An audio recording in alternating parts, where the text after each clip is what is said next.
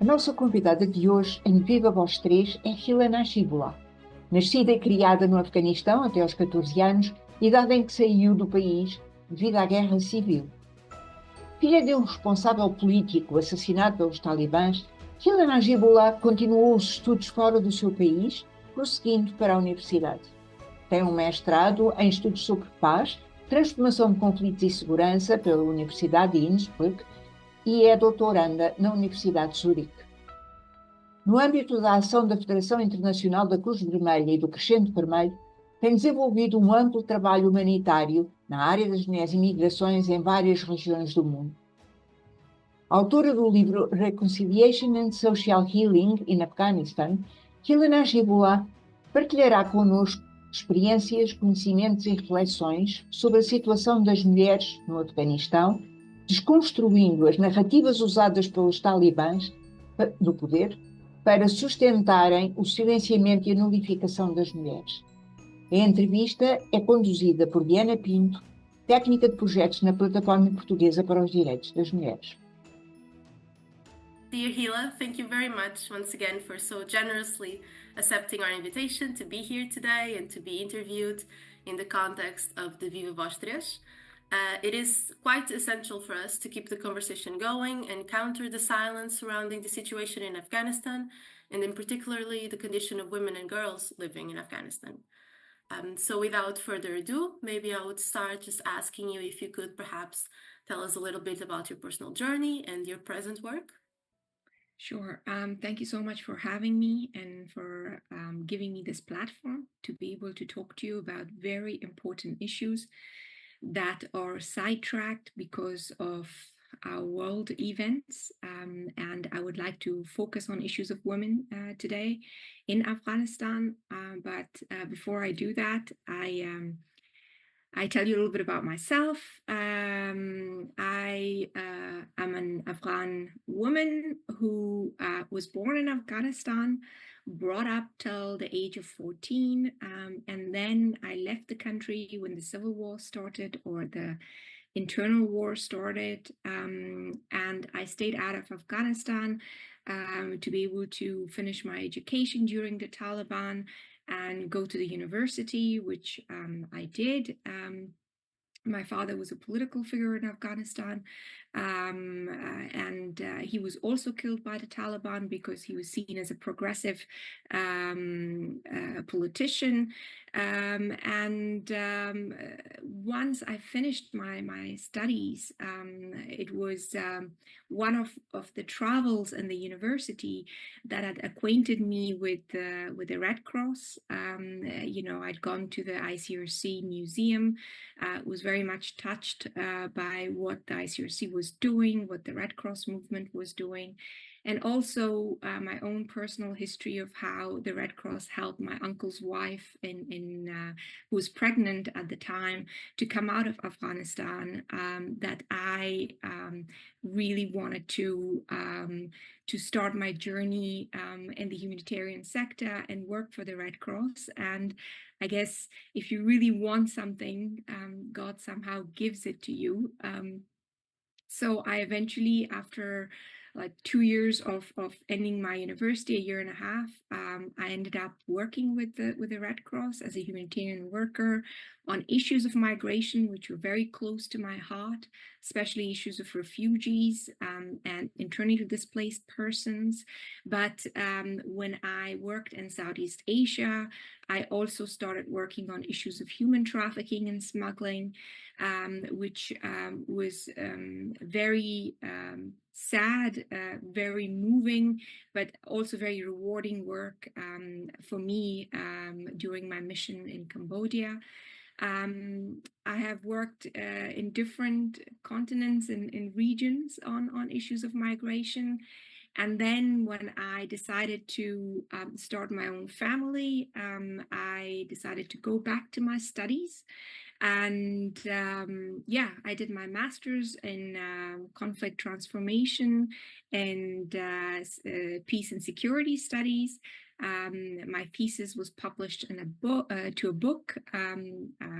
that was called Reconciliation and Social Healing in Afghanistan. And currently I'm doing my PhD on conflict narratives of Afghan diaspora in Switzerland and Germany. And since the fall of the Afghan government, or rather the forced takeover of the Taliban in August of 2021, I have really engaged closely, with different civil society organizations in Afghanistan, doing a lot of advocacy, especially on issues of women, but also as to what is evolving and happening, and what could be some of the political solutions, that we need to consider in the context of Afghanistan. Thank you. That was impressive, really. And going back to what you just said, so in 2021, when the US military forces withdrew from Kabul and the Taliban took power, the Western media devoted quite a lot of ink, really, to the political situation in Afghanistan, and then particularly regarding Afghan women and girls. It seems, though, most recently, a general silence seems to have settled in about Afghanistan and in the situation of its people here in the West.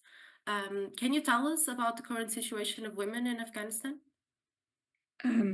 Sure. The situation of the Afghan women is horrific. It is scary, and it is dreadful, to just put it in simple words.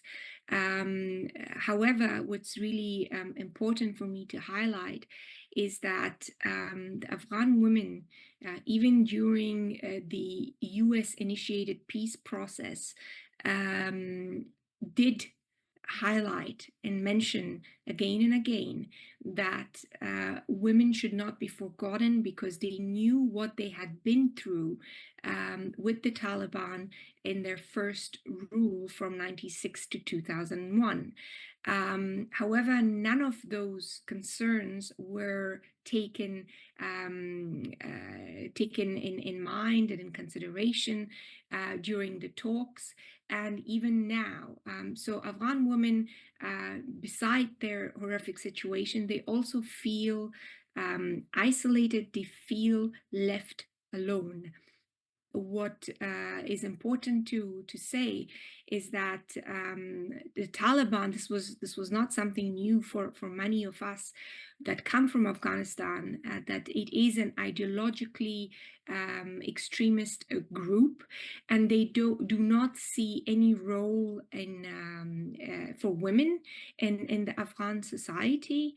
And what is extremely disheartening to see is that throughout the 3 years, they have slowly cut down the rights of the Afghan women, with the latest law that was passed about a month ago, where women were completely curtailed to home, and there were and the law also said that their voice was not acceptable, was seen as a provocation, and therefore should not be heard.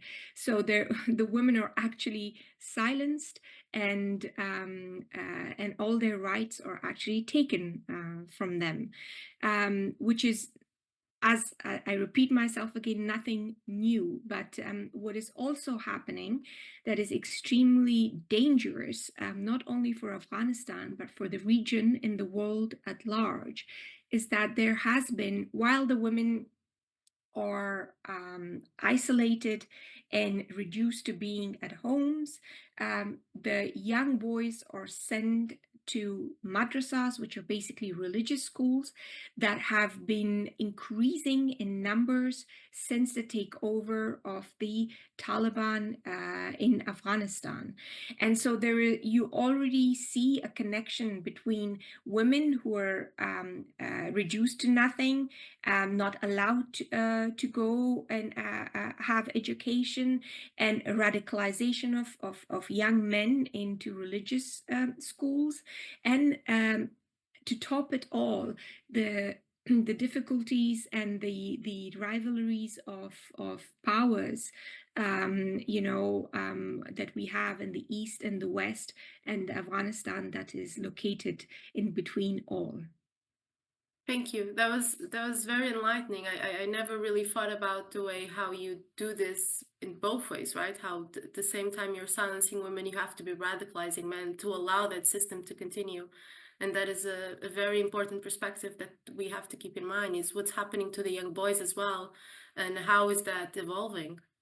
Absolutely, and you see what's extremely important, Miss Pinto, to keep in mind is the fact that men are as much a victim here, in the context of how women are suppressed in Afghanistan. Because if women do go out and rebel against the laws, not only women are punished, but the male figures in the family who are in charge of the women, being the father, the brother, the uncle, the husband, they're given this ultimatum that that if something goes wrong, or if there is a violation of the decrees of the Taliban, that the men will be punished as well. So you see almost an increase in domestic violence and sexual violence in Afghanistan. There's also an increased poverty, according to the UN. There's been an increase of 25% in child marriages because of poverty, mostly girls that are sold so that the families can afford to eat and survive. And this is all an integration, or like an augmentation of different factors that could not only destroy, or have been destroying, the Afghan society and its development in the past decades, but also to the larger region and the world, especially if radicalization of the men and the young boys continue. Going before 2021, right? Because you mentioned that they had been raising their voices. They knew that this could be coming if the operation went the way it did. How do you see the advancement of women's rights in Afghanistan, considering the progresses and the setbacks of the recent decades, but also the geopolitical and the social reality of that region in a broader scale, I mean? So I would like to go a little bit into the history of women movements and the progressive women figures in Afghanistan, because you need to understand that the issue of women today in Afghanistan has become also extremely political, and it is playing into geopolitics. For example, when the Taliban took over, and they stopped girls going to higher education, like they banned schooling after the sixth grade. One of the first things that the then Prime Minister of Pakistan, Imran Khan, said and announced is that this is Afghan culture. And I thought that what Afghanistan is going through is this false narrative building by the powers, in the world and also in the region, because that is far from the truth, that it is Afghan culture that did not allow its women to be progressive or educated. So, and I go back to 1919, for example, when the Third Anglo-Afghan War took place, and King Amanullah Khan became, announced the independence of Afghanistan in order to be able to have, its free will and exercising Afghanistan sovereignty and foreign policy. The start of the women movement and its progressive ideas started from there with his wife, the Queen Soraya. And what's really interesting to see the pattern over the years, that usually the progressive movements or the progressive political forces in Afghanistan are then facing radical extremist religious groups that are mostly backed by Western countries.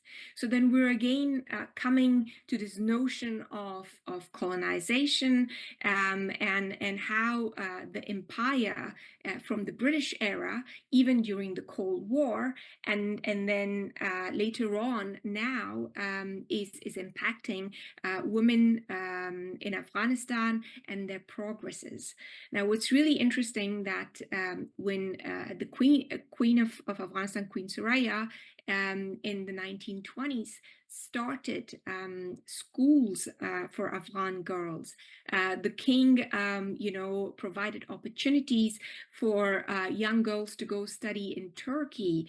The British pretty much wanted to teach a lesson to the king by calling it anti-Muslim. And then with that notion of propaganda that he was anti-Muslim, one of the first things that was, attacked was women and how women were becoming progressive in the Afghan society. You see the same issue during the Cold War, for example, where you find women being a part of the society, whether it was the military or it was the economy, or, for example, public services. You always found women in their role very strong. However, it was this Cold War backing of religious groups by the West that made sure that the women again become the sort of target and that they should not be allowed. And now it was also interesting that I came across a paper by Professor Noonan that was highlighting this, how a conversation during a visit of Afghan leftist women group that go and visit the Communist Party women wing in the Soviet Union in 82 or 83, where the women say, we don't have an issue in taking off the veil. That's not our problem. What is our problem is the fact that we want to provide opportunities for women to access education, to go out and work in the industries, and to be able to have an equal role in the society. That was their agenda in the 80s. And then you come again where women were completely nullified during the Civil War and their rights were taken. And then with the Taliban, that goes to an extreme of even, shooting them and killing them in the stadiums, which I think is a strong image that I would never forget. And I would like to tell the world that there is a possibility for this to happen, because the lashings have started again in the past 2 years of women in Afghanistan. This used to happen very less during the war on terror, because there were the Westerners that were present with the US and its allies and NATO in Afghanistan. So there was a focus on women issues and the fact that these women rights should be respected. But today there is no monitoring mechanisms really to enforce that women rights are respected. And the fact that they do have a role in the society. A lot of I have come across actually Western scholars who go on consultancies, through the UN and other organizations to Afghanistan and say, well, this is an Orientalist perspective, what you're saying, because you wanted perhaps to West to stay, or the fact that women should have the freedom against its own culture. You wanted to change the culture. And I say, no, absolutely not. This is not an Orientalist perspective, because the Orientalist perspective is that to support the religious extremist group in the region. So that's something I wanted to highlight. And the second thing is that we Afghan women do not want to, to take off veils and become Westerners. We just want to have our rights and freedoms as Afghans to be able to have an equal say in the society. Our mothers had it. My mother had it when she was studying. My grandma was working. She had it. So why can't I and my daughter have it? And I think this is what moves me to raise my voice and to shed light on this dark situation in Afghanistan. So to sum it up, basically, the situation of Afghan women is pretty much a part of geopolitics and politics of the regional countries and the global powers here. However, in this struggle, the Afghan women voices are also taken hostage by different players. And what we want to do is stand up and really express our authentic voice and not push policies that, for example, come from the East or the West, but have our equal role also in the society. I find it so important what you just said, because I feel it's so easy to have the conversation around individual morals of people and to go away from the difficult conversation about how external forces and the global powers play and move the pieces around the board of other people's lives in countries like Afghanistan, and how that very much colonial feature of those powers acting up, and how that actually affects the way women live, but also how men live, and how these people interact with each other. And I think it's so important to actually have a broader conversation about the conditions in which they've been forced to make decisions, and how the external powers affected those decisions, and also just the choices that they had. And I think that was an incredibly important context, historical context. Yeah, and I would like to add this, that Afghanistan was never a colony, a British colony, like the way like India, Pakistan, or Sri Lanka and some other countries were. However, the British Empire's influence reached Afghanistan. Its policies did impact Afghanistan. The drawing of the borders did impact the current situation of what's going on in the region. And we're still struggling because even with war on terror, we see that, the same situation as in the Cold War was preempted, or rather was resurfacing, which then the result of it could be, or the outcome of it could be seen, in August of 2021. The other thing, for example, which is right now very hot topic in the international community, is the notion of gender apartheid in Afghanistan. And indeed, it is a gender apartheid, but for me, we already, according to the Rome statutes, have gender persecution as war crimes. The Taliban are in the terrorist list of the United Nations. So if the international community wants, they really could take them to ICC, because calling Afghanistan a gender apartheid state, and then taking the state itself that is taken hostage by a group of extremists that are brought by an agreement between the US and the Taliban, and not really, in accordance or involvement of the Afghan people as to how they wanted to shape the peace process, is pretty much the continuation of that sort of colonial perspective that is being, implemented even now, unfortunately. The feminist movement must be based on international solidarity, or it doesn't make sense at all. And I was just wondering, how do you feel that the women's movement is organized in Afghanistan? Because I'm sure women are still struggling for their freedom and for the freedom of their people, as we've always been. But how do you think it engages, if it does at all, with the international feminist movement, the way maybe we suppose it should be? That's a very good question, Ms. Pinto, and to give it a bit of a human perspective, I was brought up by women because I left Afghanistan at the age of 14, so I did not have men in my family. It was my grandma and my mother. And the emphasis was that I get educated and I stand on my own feet.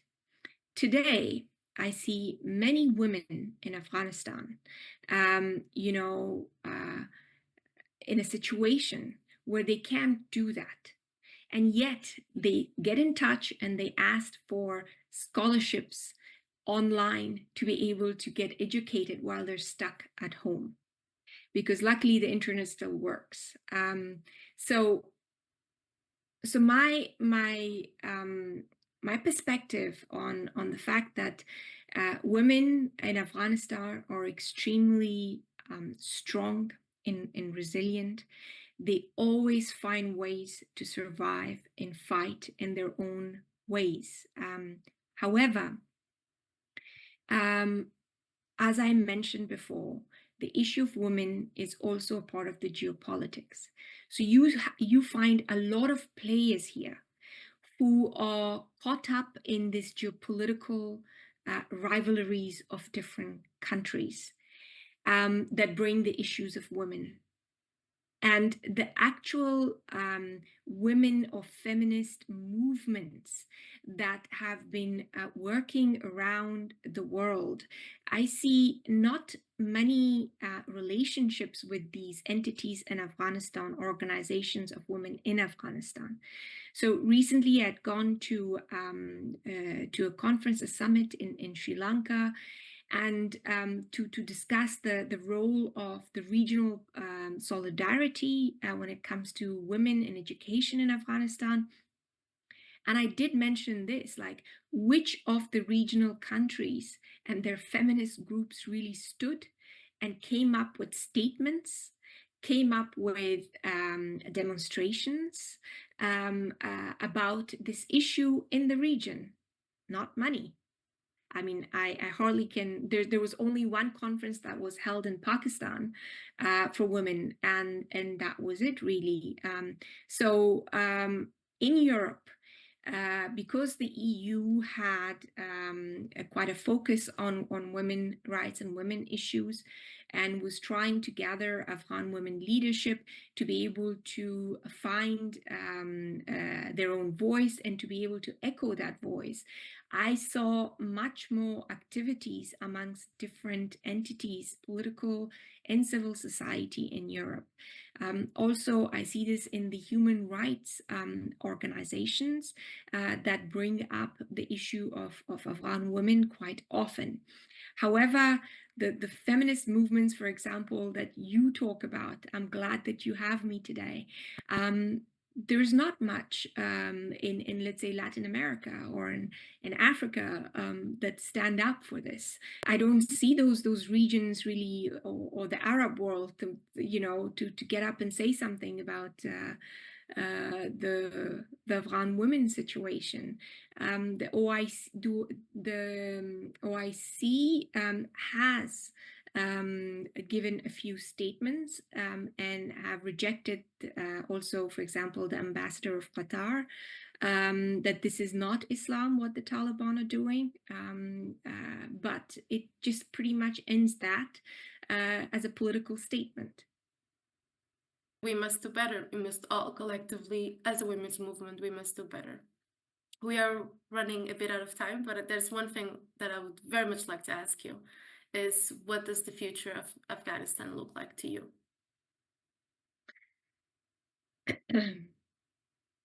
Well, for now, the way the current situation is, I like to focus on now. So it's pretty dim. It's quite challenging. I do not see a political solution amongst the Afghans unless and until there's a consensus amongst the big powers as to what Afghanistan could look like. And as an Afghan, I just hope that the UN could consider neutrality for Afghanistan as an option, so that the country can find its ways to be able to address its national challenges. And we also know that neutrality cannot happen when a radical extremist group is in charge of power.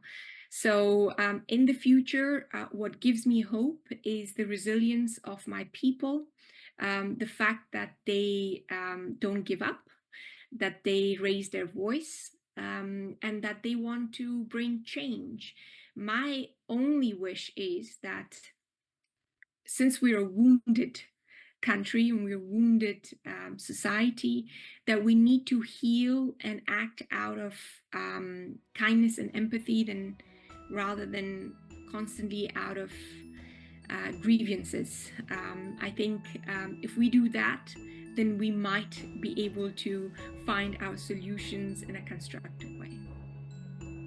Thank you, Heela, once again for being here. Thank you for your bravery and your empathy and your continuous struggle. May we all see the end of it sooner rather than later. Thank you. Thank you for having me and for allowing our voices to reach the world. Thank you.